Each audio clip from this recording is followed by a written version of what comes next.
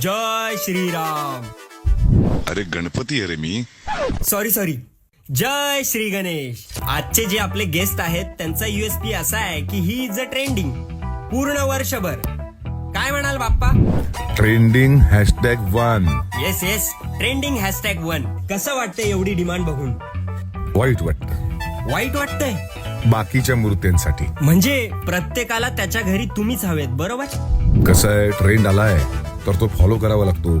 संपत्ती बरोबर लाईक्स आणि फॉलोअर्स पण पाहिजेत ना. रिच पण व्हायचंय, रीच पण वाढवायचाय. तुम्हाला ह्याबद्दल काय वाटतं मग? एका गोष्टीचं टेन्शन येतं. आताची ही X, Y, Z का काय कुठली जनरेशन आहे, म्हणजे कुठली का असे ना, त्यांना असं नको वाटायला की बाप्पा असाच असतो, असाच दिसतो म्हणून. पण चांगलं आहे ना बाप्पा, ह्या निमित्ताने तुम्ही एवढी सगळी रूपं घेता. छे मी घेत नाही, मला घ्यायला लागतात. फॅन्सी ड्रेस कॉम्पिटिशन असल्यासारखं वाटतं रे. मला सांग, कधी गणेश रूपातले श्रीराम बघितलेस किंवा हनुमान किंवा आणखी कोणी देवी देवता?